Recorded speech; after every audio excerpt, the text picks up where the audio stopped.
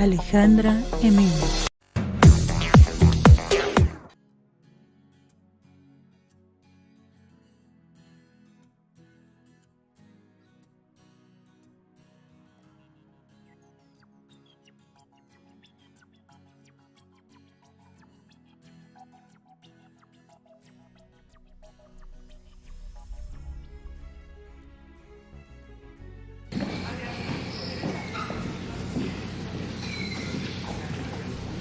Pues nos da mucho gusto iniciar la semana aquí en Acapulco, Guerrero.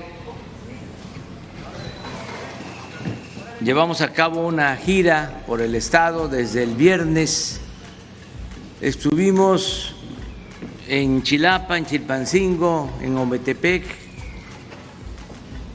en Ayutla, también aquí.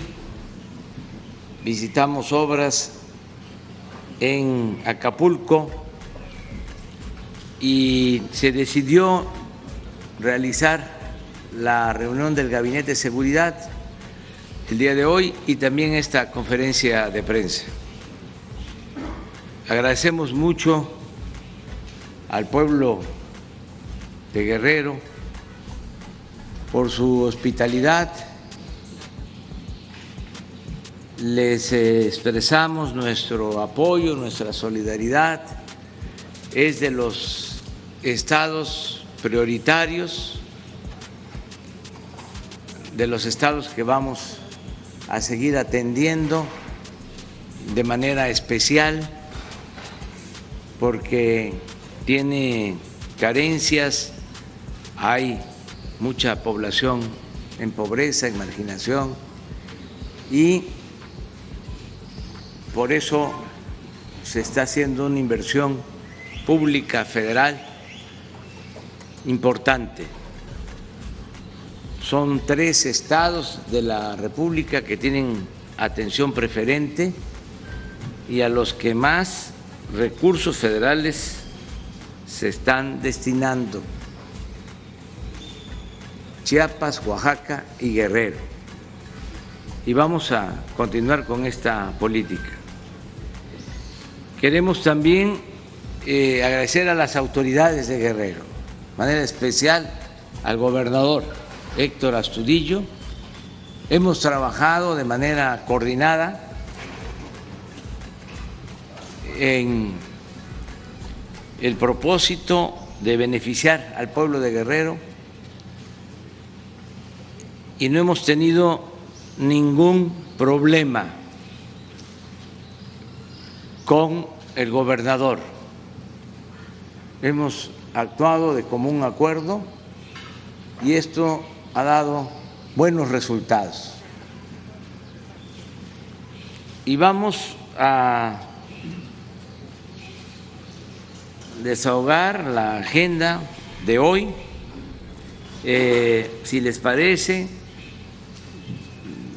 tratamos el tema de seguridad, luego el quién es quién en los precios de los combustibles y también damos a conocer, informamos sobre cómo se va a llevar a cabo la incorporación de los adultos mayores a partir de que la pensión adultos mayores se va a otorgar de 65 años en adelante, porque hay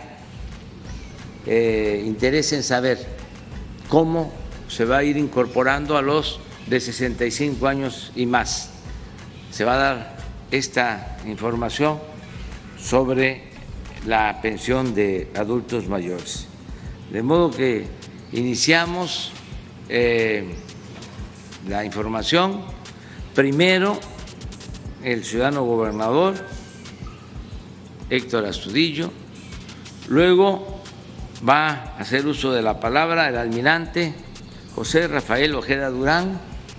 Él va a informarnos sobre la situación de seguridad en Guerrero y Posteriormente, el quién es quién en los precios con Berenice y Berenice Romero, encargada de despacho de la Procuraduría del Consumidor, y terminamos con la información sobre adultos mayores de Ariana Montiel, subsecretaria de Bienestar. Agradecemos también la presencia, el acompañamiento del general Luis Crescencio Sandoval, secretario de la Defensa, también de la ciudadana presidenta municipal de Acapulco, Adela Román. Nos acompaña Carlos Torres Rosa, secretario técnico del gabinete. Nos acompaña también el general Luis Rodríguez Bucio,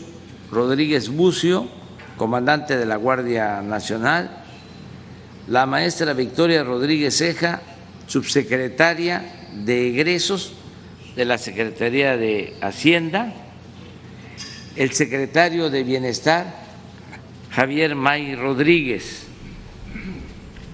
y la secretaria de Seguridad Pública y Protección Ciudadana, Rosa Isela Rodríguez.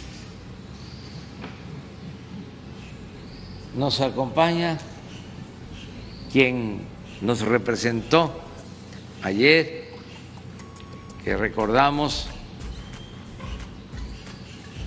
un aniversario luctuoso más. Realizadas 89 verificaciones, 4 resultaron con infracción. De 576 cilindros verificados, 17 fueron inmovilizados, 13 por cuestiones de seguridad. Es cuanto, señor presidente.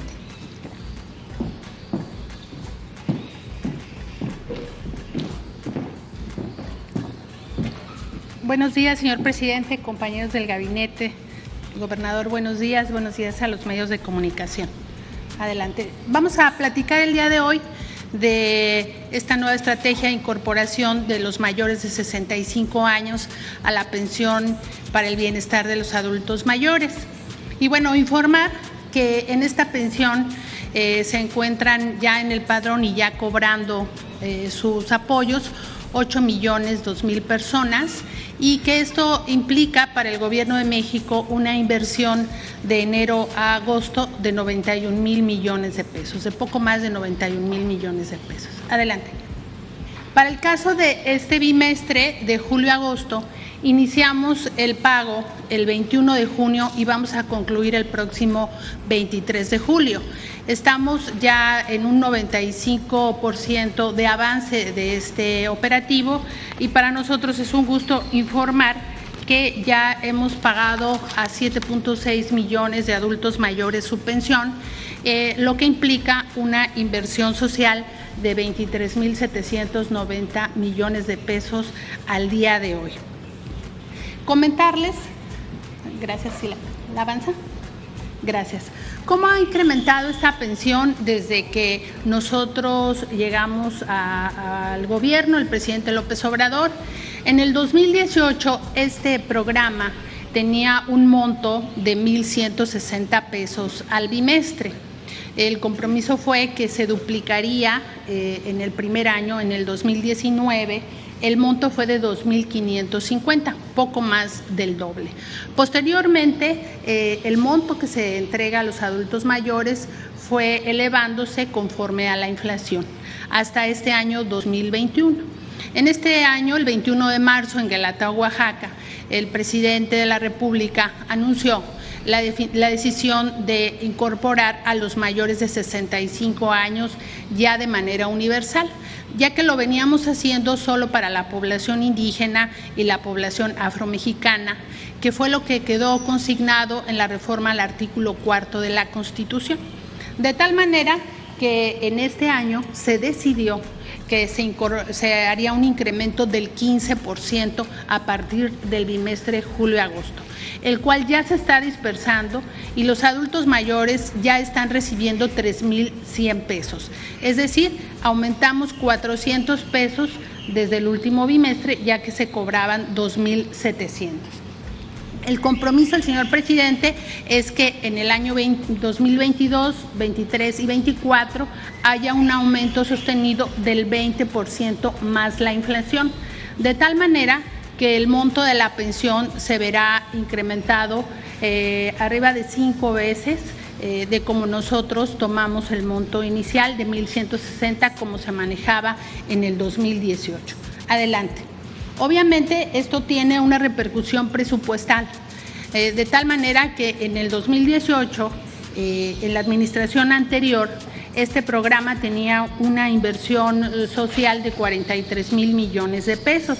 Para este 2021, con el apoyo de la Secretaría de Hacienda, la subsecretaria de Egresos, Victoria Rodríguez, tuvimos 135,000 millones primero asignados en el presupuesto aprobado por la Cámara de Diputados y se nos han otorgado 16,000 millones de pesos para sumar un presupuesto modificado de 152,000 millones de pesos para que podamos realizar dos acciones fundamentales. Uno, garantizar el aumento de a los 3,100 pesos para quienes ya están en la pensión, que implica una inversión de este semestre de 9,000 millones de pesos y el resto, 7,000 millones para incorporar a nuevos derechohabientes mayores de 65 años.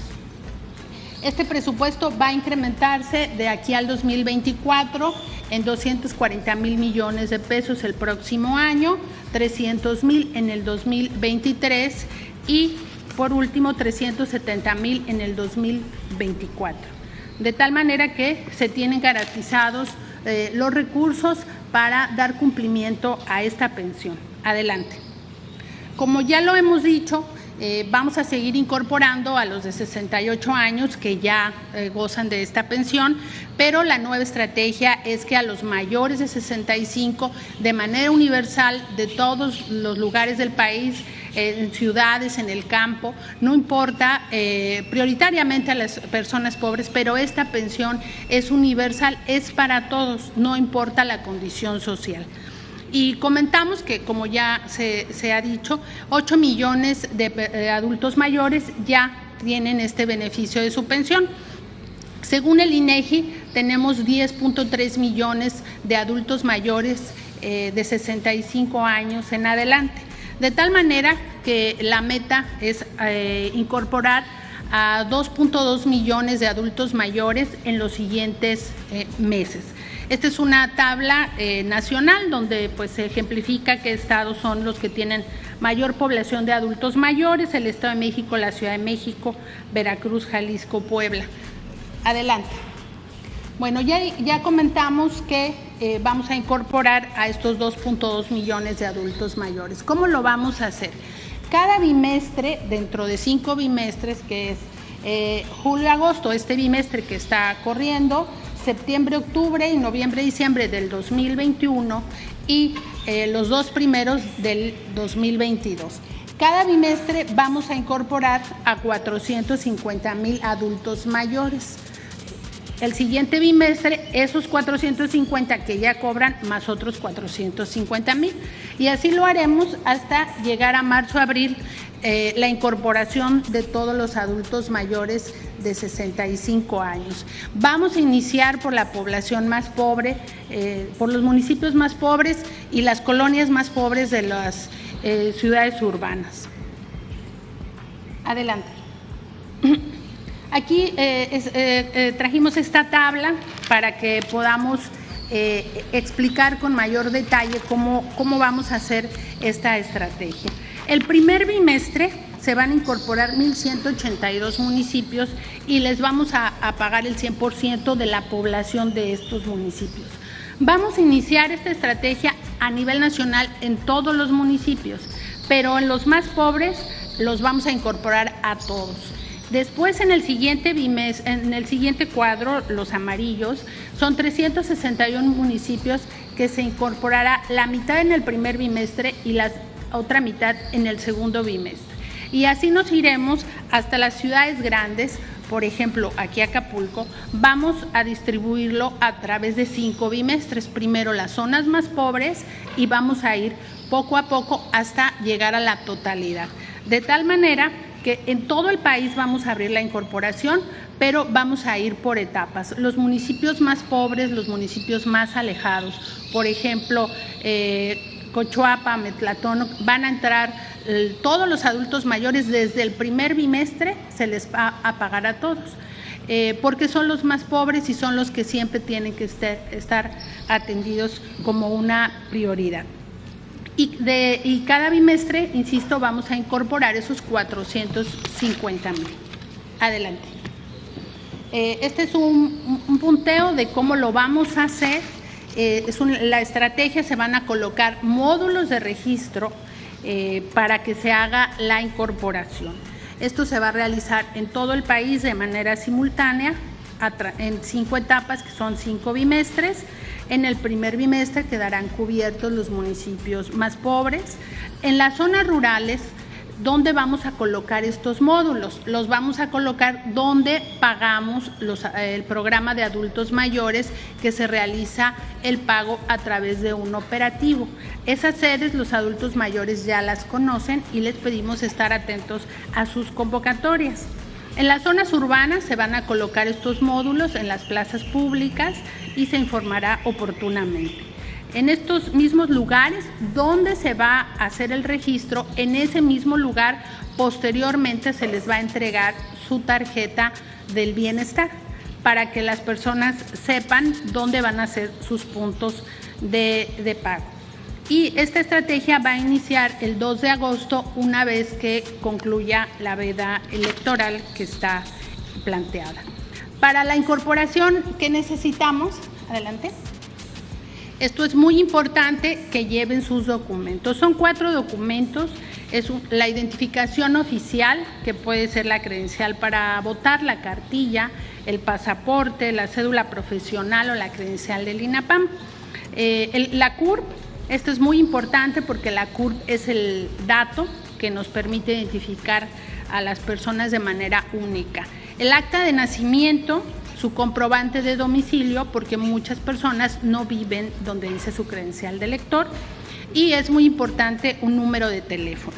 También recordarles a los adultos mayores que pueden registrar un auxiliar que en futuras ocasiones les pueda ayudar en sus trámites, pero si no lo registran ellos, no podemos darle representación a alguien de su familia si ellos no lo han decidido. En caso de los adultos mayores que por algún estado de salud, alguna persona con discapacidad no pueda trasladarse a los módulos, vamos a registrar para ir a sus casas a realizar el trámite. De tal manera que se implementarán todas las acciones y estrategias para llegar al último rincón y darle a todo mundo su pensión a las personas mayores de 65 años. Por último, solo recordar que esta pensión ya es un derecho consagrado en la Constitución, en el artículo 4, lo cual agradecemos que este gobierno va a dejar como herencia esta acción de convertir esta pensión en un derecho. Muchas gracias. Bueno, pues vamos a la sesión de preguntas y respuestas. Si les parece, un periodista de Guerrero y uno nacional, mujer y hombre, de nacional. Guerrero, ¿sí?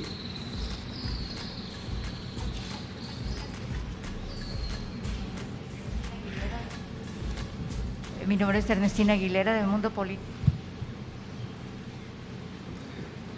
Sí, bueno, ¿no? ¿Ya? Mi nombre es Ernestina Aguilera, del Mundo Político, presidente, y estoy aquí para pedirle que se esclarezcan los asesinatos y desapariciones forzadas de los periodistas. Entre los desaparecidos está mi hermano Leogario Aguilera, de la revista Mundo Político. Presidente, es una tortura diaria y durante 17 años la he vivido. La he vivido día por día, minuto por minuto. Y la verdad, todos los que tenemos desaparecidos vivimos en una tortura interminable. Le pido de favor que nos atienda, que se esclarezca. Hay compañeros todavía que están viviendo situaciones negativas, como que en Chilpancingo y en otros lugares. Presidente, también le quiero pedir que si se puede elevar a rango de delito federal el atentado en contra de los periodistas. Mi hermano, con 30 años de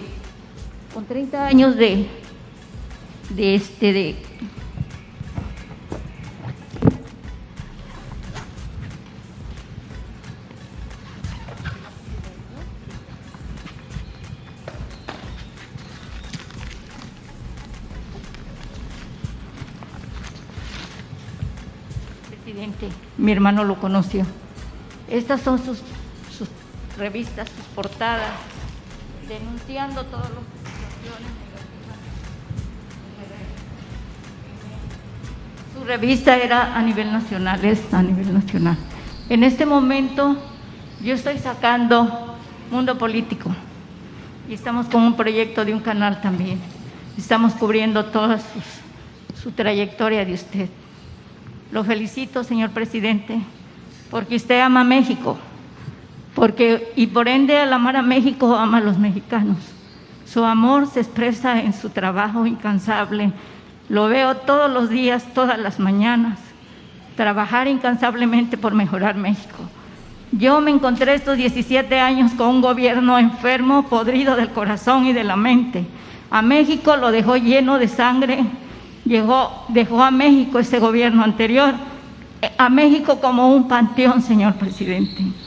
Le agradezco mucho que nos tome en cuenta y que nos permita que se forme un grupo para vigilar que se esclarezcan los casos de todos los periodistas desaparecidos y asesinados.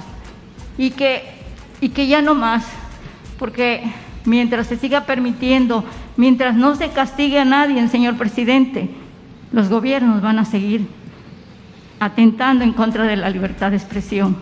Todos los que estamos aquí venimos a darle y a decirle, y yo en lo personal, señor presidente, estoy siempre en la mejor manera de apoyar, y eso es lo que me enseñó mi hermano, a ver por los más necesitados. Cuando yo me quise ingresar al periodismo, me dijo, ¿quieres entrar? Le dije que sí. Dice, pero tú no eres la estrella, tú no eres para aire acondicionado, tú tienes que buscar a aquellos que más necesitan, que tú lleves la voz de aquellos que no tienen voz. Tienes que ver por aquellos que te necesitan. Pero recuerda, hermana, tú no eres la estrella, no te acostumbres a aires acondicionados. Vete al campo, vete a buscar la noticia y a saber qué es lo que está aconteciendo. Hice un reportaje en Nueva York de la explotación a los trabajadores de la industria de la construcción. Hice una investigación también sobre cómo vivían los indocumentados en Nueva York. Señor presidente, con mucha tristeza le puedo decir, me llevaba una persona de seguridad porque me metí debajo de los puentes y vi cuánta gente dormía en lugares huyendo de la migra, con un frío intenso.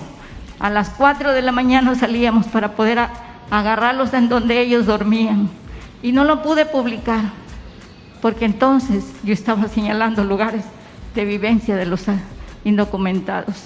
Hubo muchos casos tristes. Al principio mi reportaje quería hacerlo sobre los mexicanos, pero me encontré, señor presidente, que las personas que cruzan de otros países tienen unas historias muy crudas, muy crueles. Cuando yo vi que estuvo Telemundo, Univisión y el diario La Prensa en esos lugares donde yo empecé a trabajar e investigar, me retiré porque ya había llamado la atención. Los focos de la prensa estaban sobre esas situaciones que tantos trabajadores viven a diario ahí en Nueva York. Y cuando empecé a investigar sobre la explotación de los trabajadores, Me encontré que había constructores que se los llevaban 15 días, 20 días y los hacían trabajar, señor presidente, y les decían, espérenme aquí, yo voy a comprar, voy a traer el dinero al banco, y se iban y no los traen, y ya no les pagaban. Así estaban trabajando, así han estado trabajando. Desde que se llevaron a mi hermano yo me vine para acá y pues ya no he trabajado, porque estuve muchos años en depresión, señor presidente, y logré que muchos trabajadores de la industria de la construcción, explotadores, les pagaran. En una ocasión uno de los muchachos me dijo, no nos pagaron 15 días. Le dije, ¿sabes qué? Dame el número. Y le hablé al constructor y le dije, tengo una casa y quiero que me la remodele. Quiero que hagamos el trato, venga, nos vemos en este lugar y para que hagamos el trato. Pero alguien le sopló al constructor, al contratista, y le llamó en ese momento que estaba conmigo el trabajador, y el trabajador me dijo, ya me llamó para pagarme. Ellos también, pues era lo más justo que a él le pagaran, y se terminó el problema. Posteriormente me dijeron los muchachos que los chinos los obligaban a descargar los contenedores y los tiraban y los descargaban ya casi cuando lo iban a terminar. Le decían, también me vas a hacer esto y aquello, y le decían, no quedemos en eso, sí, si no, no te voy a pagar. Pues no me pagas, y entonces le decían, pues nos vamos. Pero ya casi el contenedor a punto de terminarlo, señor presidente, le dije, cuando pase esto, me llaman. Le hablé al del taxi, le dije, quiero a tu mejor conductor que me lleve por atajos a Brooklyn, y sí me llevaron. Que no nos tardemos tanto. Señor presidente, le hice 11 llamadas al 911 y no iban. Y en la última le dije, si no vienen en 10 minutos, yo voy a convocar a la prensa y aquí voy a dar una conferencia de prensa de toda la explotación que ustedes permiten. Cuando yo estaba hablando por teléfono al 911, la patrulla dio la vuelta. Llegó, abrazó al chino y se fue platicando. Yo tomé fotos y publiqué esa nota. Y un día me llaman y me dicen, señor presidente, lo que les pagaban era muy poco. Y cuando veníamos de regreso en el tren, ¿sabe qué decían esos jóvenes? Pero nos pagaron. Era la primera vez que les pagaban, señor presidente. Siempre los hacían trabajar y nunca les pagaban. Y el gusto que decían en el tren, y le hacían así, nos pagaron, pero nos pagaron. Y me abrazaban, señor presidente.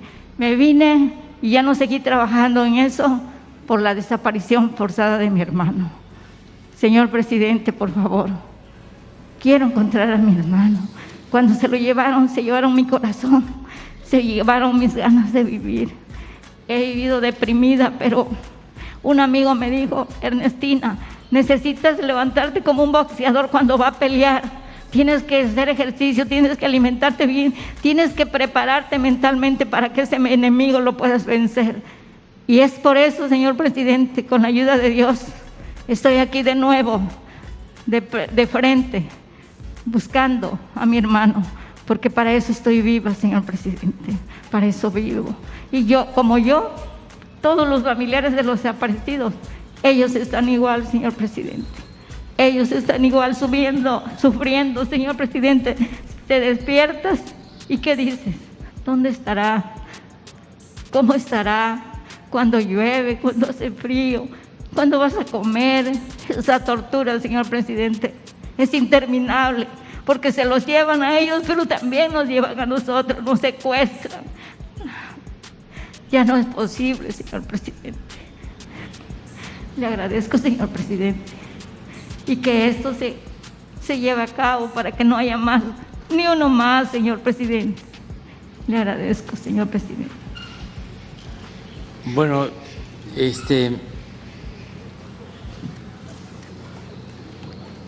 decirte con toda franqueza que estamos luchando para saber sobre el paradero, sobre dónde están los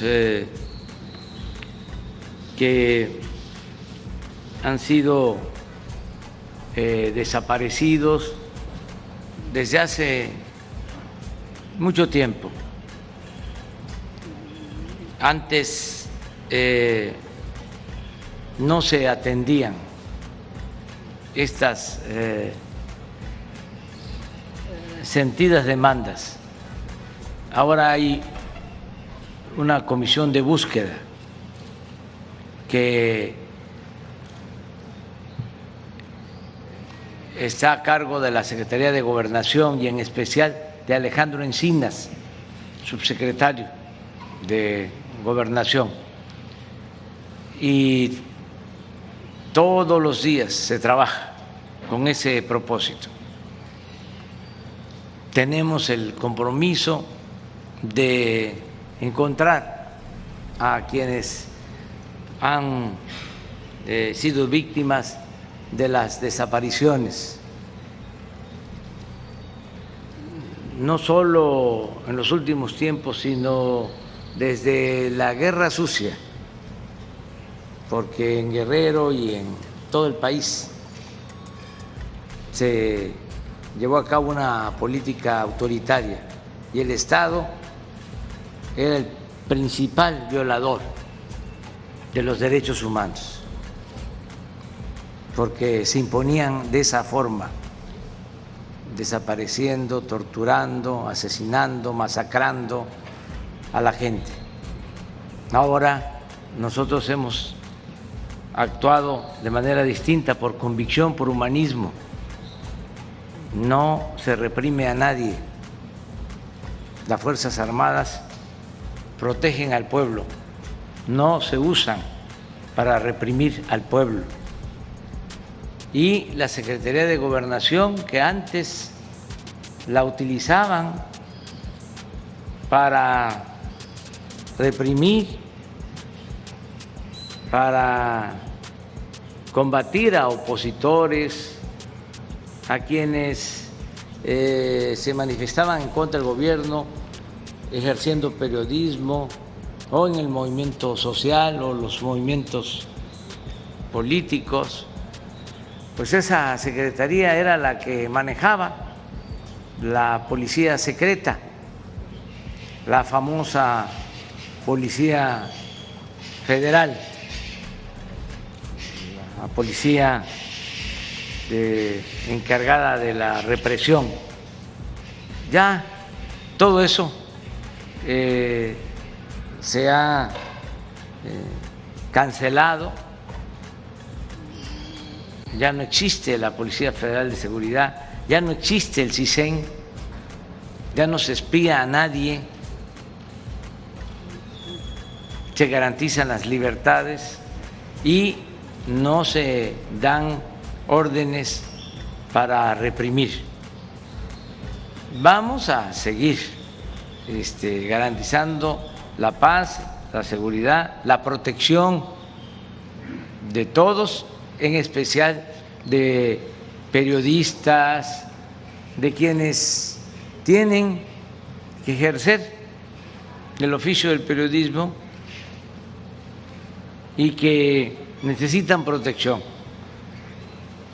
Todos, pero más cuando se trata de un periodismo de denuncia, porque hay un periodismo muy cómodo en el que se lucra con la libertad de expresión, se negocia con la libertad de expresión, pero hay muchos periodistas en México, como es tu caso, que están constantemente del lado del pueblo haciendo denuncias por las injusticias que se cometen. Todos merecen protección, pero repito, más quienes están expuestos por llevar a cabo un periodismo de denuncia. Ese es nuestro compromiso. Vamos a que te atienda Alejandro Encinas. Aquí está, en Acapulco, porque viene a ver varios temas y le vamos a pedir que platique contigo.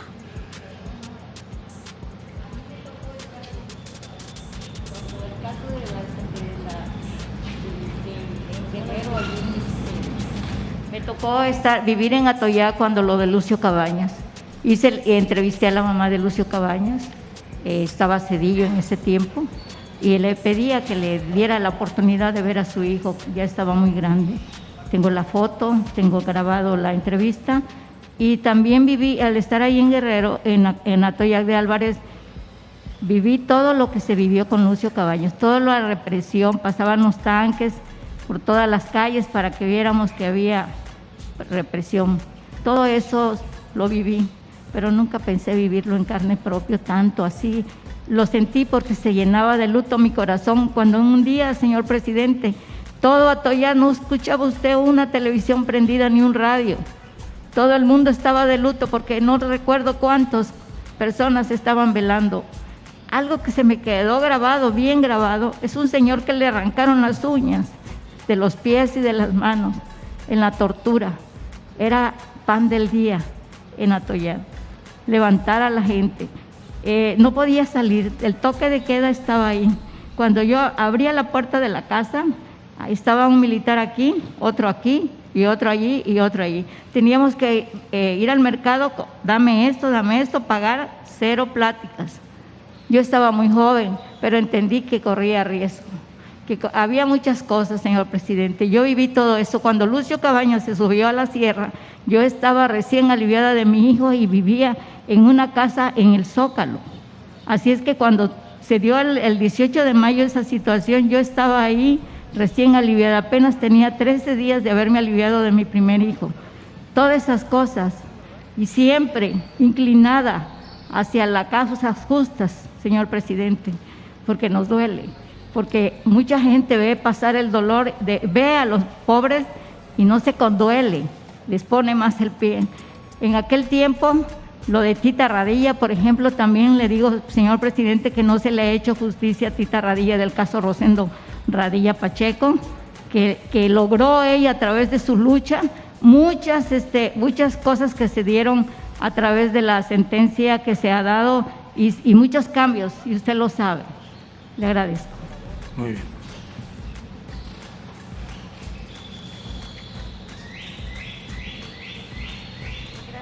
Gracias, presidente, secretarios, gobernador, buenos días. Cindy Cerda, de Canal 11.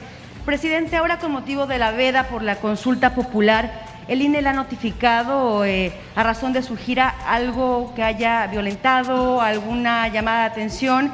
Lo pregunto por pues las actividades que realiza y preguntar también si van a continuar las giras de manera abierta o va a continuarlas realizando de manera cerrada. Esa sería la pregunta primero.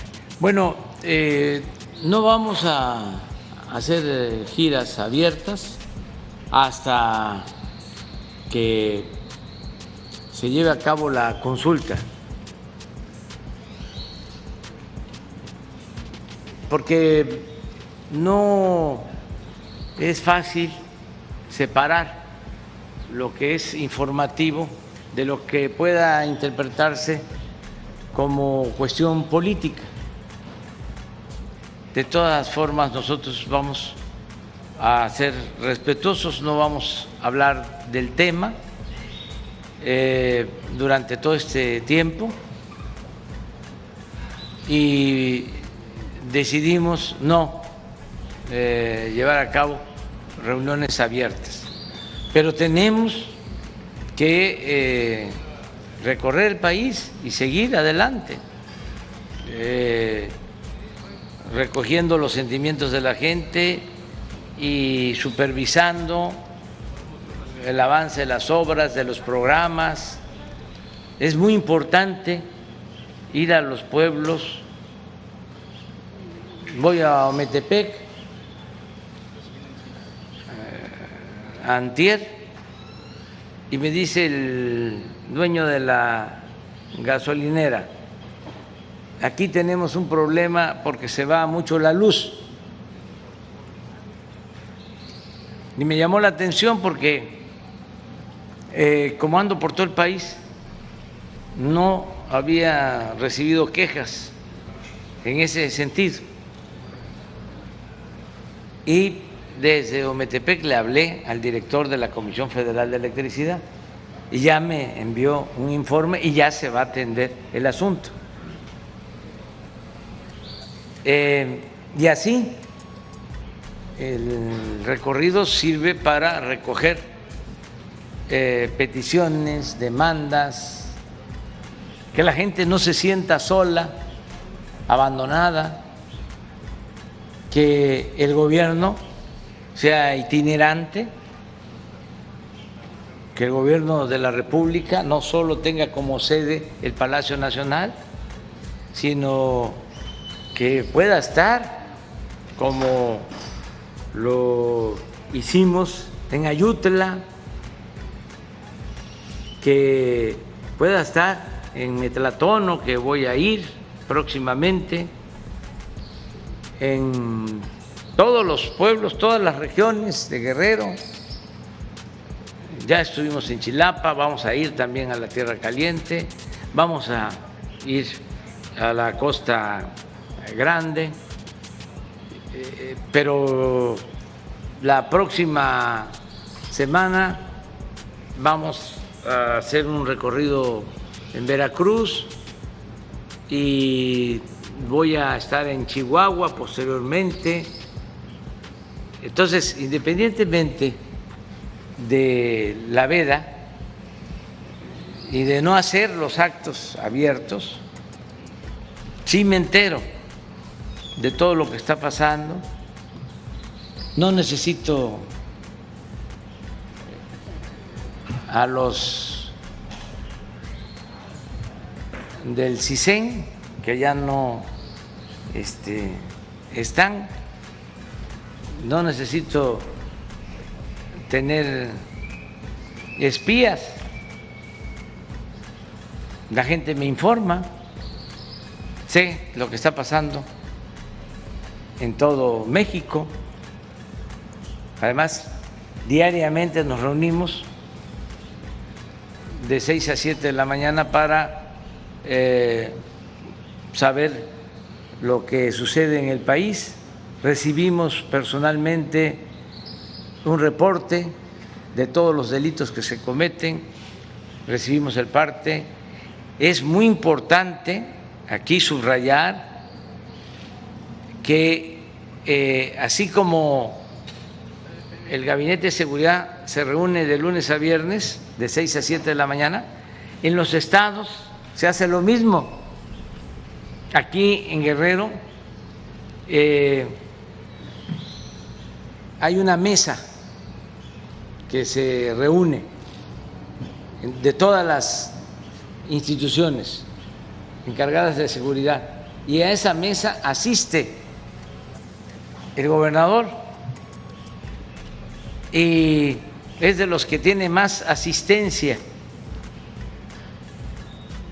A ver, no tenemos ahí la... Sobre ese mismo tema, presidente, preguntar cuál es la asistencia de los gobernadores, cuáles son los que participan más. Actualmente la mayoría...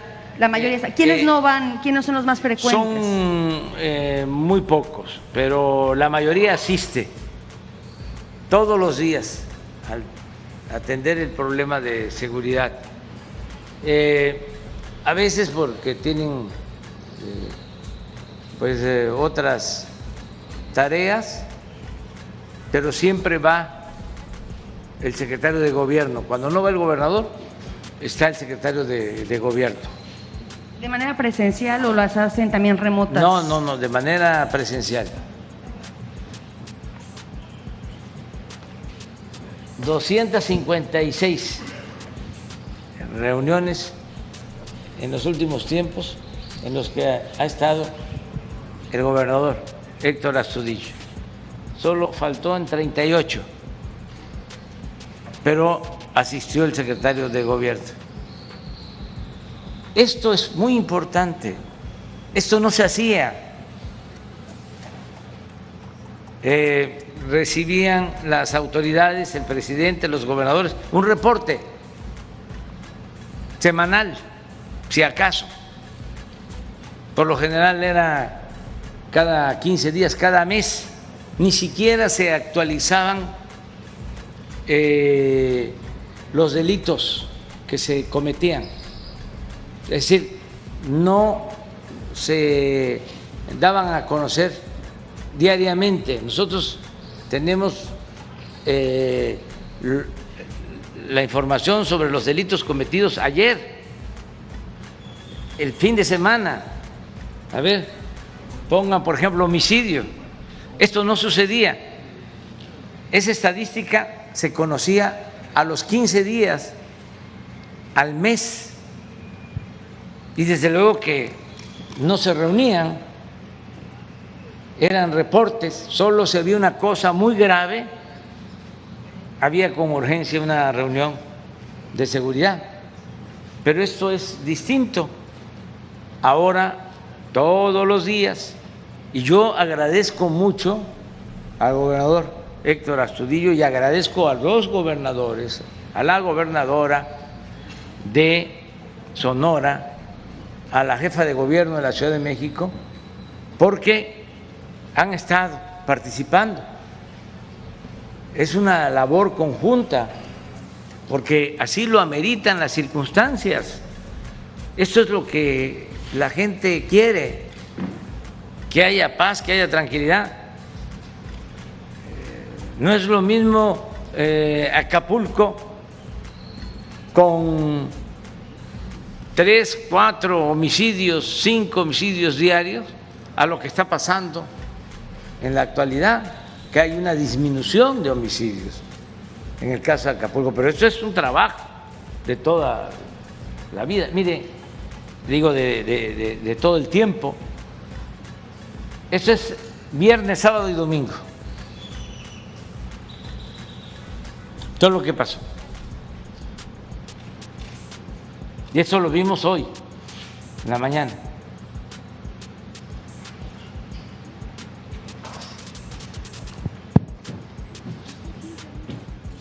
Viernes 73 en el país, homicidios.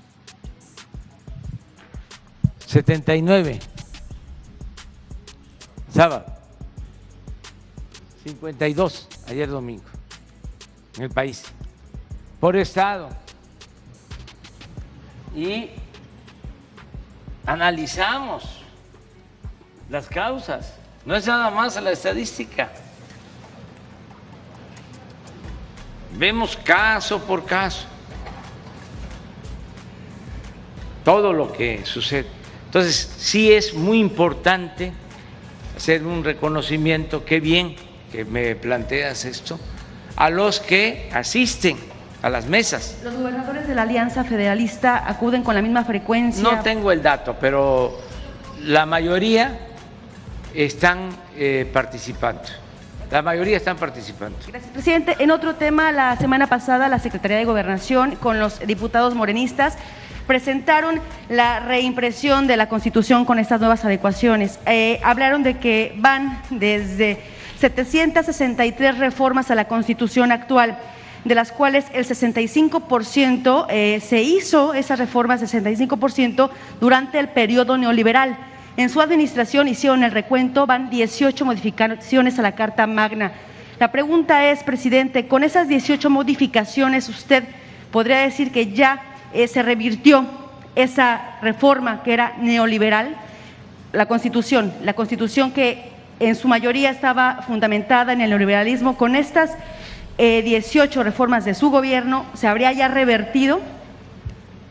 Pues lo principal, porque la verdad es que durante todo el periodo neoliberal se dedicaron a reformar la Constitución para legalizar el saqueo, el robo. Para eso fueron todas esas reformas. Y se los puedo probar. A ver si no tenemos una lista de todas las reformas del periodo neoliberal. En uno de mis libros está. Creo que en la salida de cómo fueron ajustando el marco constitucional, el marco legal, para llevar a cabo el saqueo de los bienes de la nación. Desde Salinas hasta el último gobierno neoliberal hay una relación. Ahí vienen los aumentos de impuestos, la llamada reforma fiscal, desde luego la entrega de los bancos y de las empresas públicas, porque se modificó la Constitución en el gobierno de Salinas. Le llaman a eso desincorporación de bienes públicos. Se modificó la Constitución para eso. Se modificó la Constitución en lo laboral para la famosa subcontratación o outsourcing, para poder contratar a trabajadores por hora y despedirlos sin garantizarles derechos laborales. Se modificó la Constitución para privatizar la industria eléctrica, para privatizar el petróleo. Se modificó la Constitución para privatizar la educación. Todo esto en el periodo neoliberal. Acuérdense que se reformó el artículo 3 en el gobierno de Salinas, siendo Zedillo secretario de Educación, para que la educación gratuita solo se garantizara en el nivel básico, es decir, preescolar, primaria y secundaria, y se dejó al mercado como si fuese una mercancía la educación media superior y la educación superior.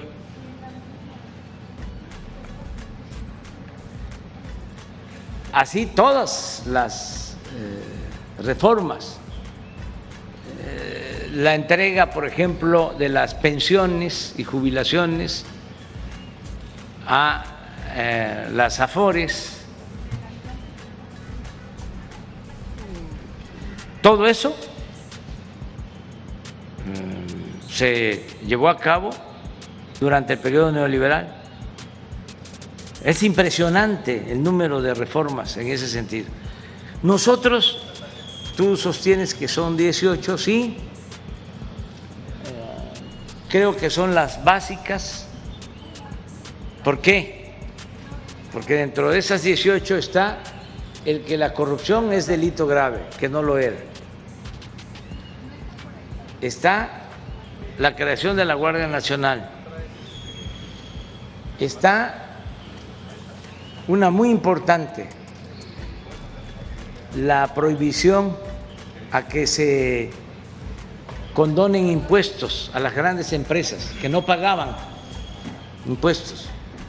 Esa era una gran injusticia. Imagínense todo el pueblo pagando impuestos y los potentados no pagaban. En los 2 últimos sexenios anteriores al nuestro, se les condonaron a los grandes cerca de 400,000 millones de pesos de impuestos. Eso ya se terminó. Es también delito grave el huachicol. Una reforma constitucional extraordinaria, de primera, que me tiene muy contento, lo acaba de expresar ahora a Adriana, es que se elevó a rango constitucional el derecho a la pensión a los adultos mayores. Ya es un derecho constitucional la pensión a niñas y a niños con discapacidad, ya es un derecho constitucional las becas para estudiantes de familias pobres, ya es un derecho constitucional la atención médica, los medicamentos gratuitos. Además, está en la Constitución establecido que para cumplir con estos derechos no pueden disminuirse los presupuestos de un año a otro. Es decir, cada año tiene que haber más presupuesto, lo que estamos aquí señalando con adultos mayores.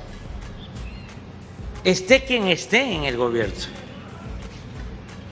Y para poder dar marcha atrás a esa reforma, necesitarían contar con el apoyo de las 2/3 partes de los legisladores del Congreso, mayoría calificada, y eso ya no lo van a poder tener, lo que diga mi dedito.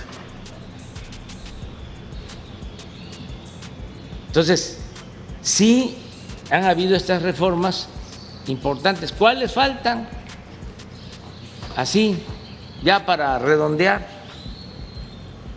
3. Una, para que se fortalezca la Comisión Federal de Electricidad, porque la querían destruir a la Comisión Federal de Electricidad, dándole toda la preferencia a las empresas privadas de generación de energía eléctrica, sobre todo a las empresas extranjeras y en especial a las empresas españolas. Entonces, se requiere fortalecer a la Comisión Federal de Electricidad y no darle la preferencia a las empresas particulares. La Comisión Federal de Electricidad, como Pemex, son empresas de interés público. La Comisión Federal de Electricidad no tiene fines de lucro y se le tiene que apoyar para que no aumente el precio de la luz, porque las empresas particulares van sobre la ganancia, les importa el lucro. Entonces tenemos que proteger a la Comisión Federal de Electricidad, porque iba en picada. Ya las empresas particulares estaban vendiendo el 65% de la energía que consumimos en el país y la Comisión Federal solo el 35%.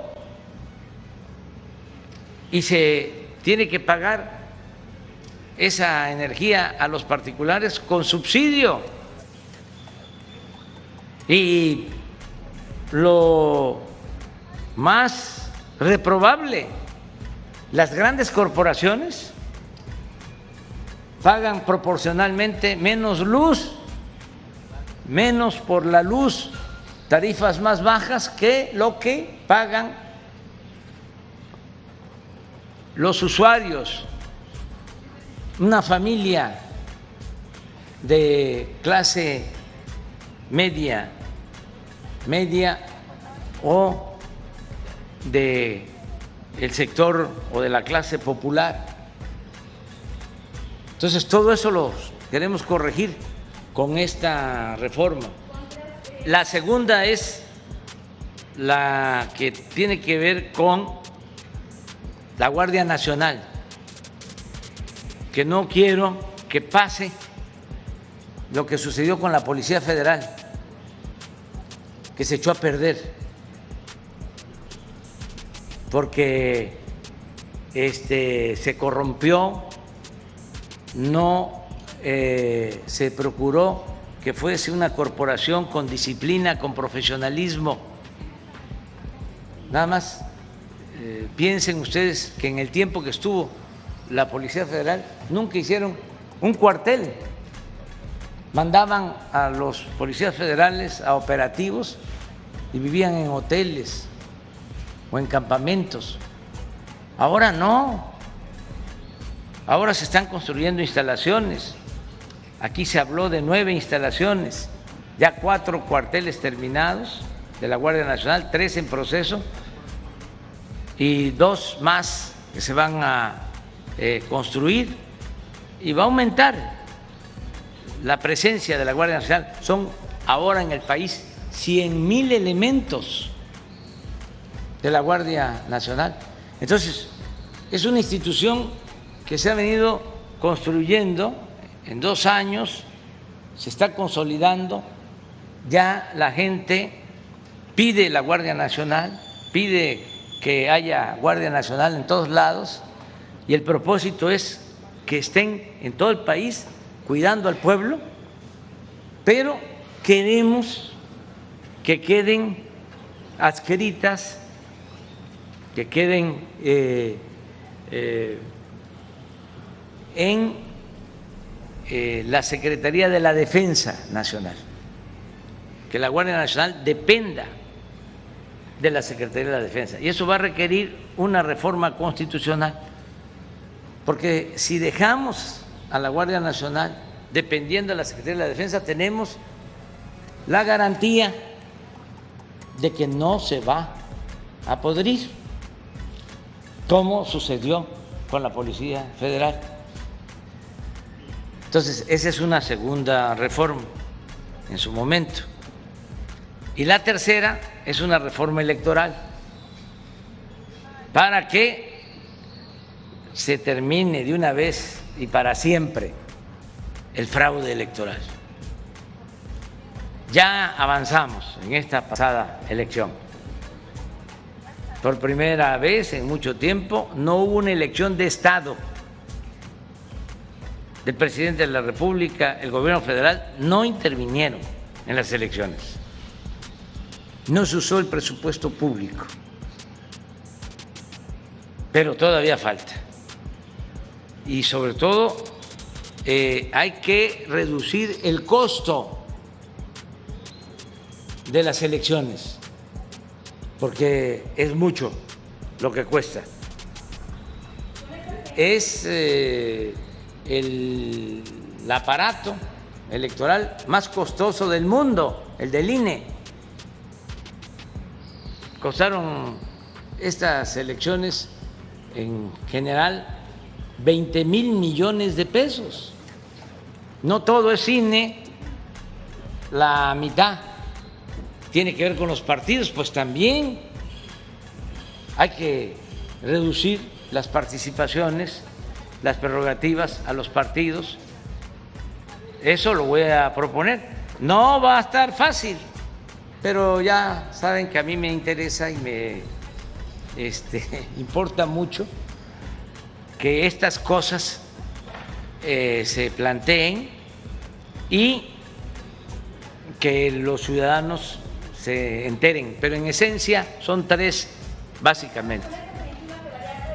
¿Política neoliberal? Ya se mantendrían bases muy sólidas para proteger todos los cambios y que no puedan fácilmente echar atrás lo logrado o que les cueste trabajo retrogradar, porque ahora que pasaron las elecciones lo que querían era ganar la mayoría en el Congreso para tener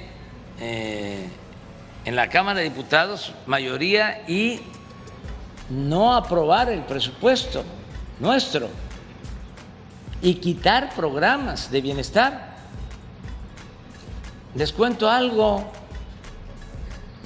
Dicen que los escritores no deben de repetirse, pero un dirigente social, un presidente que surge de un movimiento democrático tiene que hacer labor de pedagogía política, de concientización, y aunque parezca disco rayado, hay que estar repitiendo y repitiendo. Hace como un año presenté la iniciativa a la Cámara de Diputados para que quedara en la Constitución el derecho de los adultos mayores a recibir la pensión y a darle pensión a niñas y a niños con discapacidad y a darle becas a los estudiantes pobres y que la atención médica y los medicamentos fueran gratuitos. Pues ¿saben qué pasó hace un año en la Cámara de Diputados?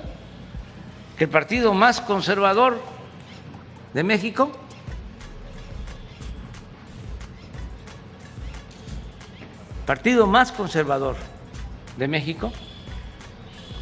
que surgió, ahí se los dejo de tarea, en 1939, cuando era presidente de México el general Lázaro Cárdenas, y crearon ese partido para oponerse a la política popular y patriótica del general Cárdenas. 1939. ¿Cuándo fue la expropiación petrolera? 1938, un año después. Bueno, ese partido conservador votó hace un año en contra de que se elevara a rango constitucional el derecho a la pensión a los adultos mayores. Así son. No les gusta que se apoye al pueblo. Son muy clasistas, muy racistas. Entonces hay que estar recordando, porque el que no sabe de dónde viene difícilmente va a saber hacia dónde va. Entonces, soy contento porque aún con los votos de este partido conservador en contra, no les alcanzó y ya se estableció en la Constitución el derecho a la pensión a los adultos mayores. Entonces, a partir de los 65 años. Esto es algo importantísimo. Miren lo que va a significar en términos presupuestales. ¿Por qué no pones lo de Ariana nada más en presupuesto? Todo esto también lo explico porque hay quienes dicen que no se hace nada, que es lo mismo. No. ¿Quién lo sabe eso? El pueblo. El pueblo sí sabe. Cuando hablo de corrupción, pues los corruptos no se dan por enterados o son muy hipócritas. Pero cuando hablo de corrupción, la gente sí sabe, porque antes pues también se sabía de corrupción, pero no sobre los beneficios que trae acabar con la corrupción. ¿Por qué se puede destinar estos fondos?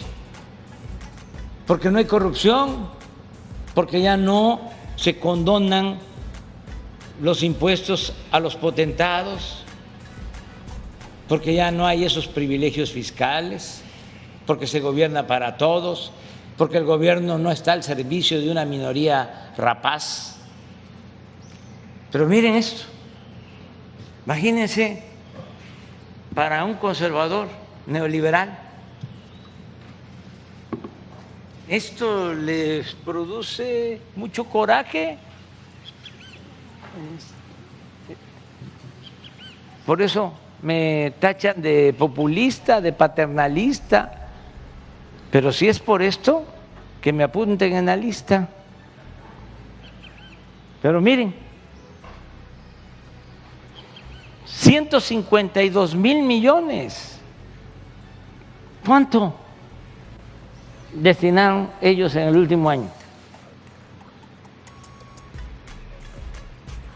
Pero miren cómo vamos a terminar.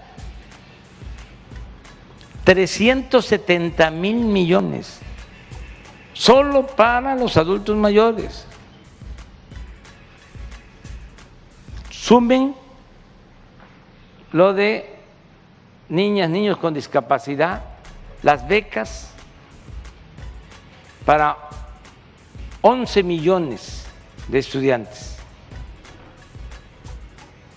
Por eso se está construyendo las sucursales del Banco del Bienestar, que va a ser el banco también más grande del país, que va a tener sucursales hasta en los pueblos más apartados. Aquí nada más en el estado de Guerrero, el Banco del Bienestar va a tener 200 sucursales.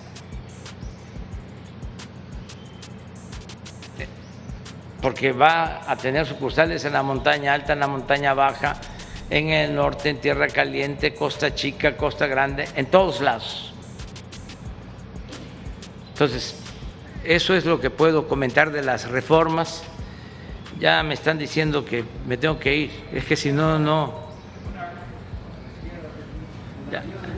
Va a quedar para mañana.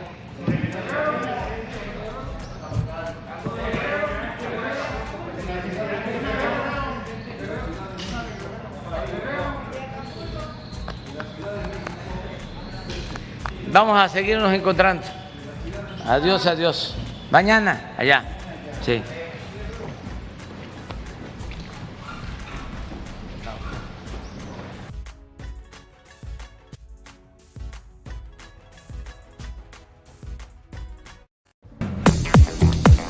Este video es informativo. No pertenecemos a ningún partido político o dependencia de gobierno. La información mostrada es solo de orientación. Si comenta, por favor lea con detenimiento los lineamientos de respeto de la plataforma. En caso de no hacer caso a los lineamientos, se procederá conforme al mismo.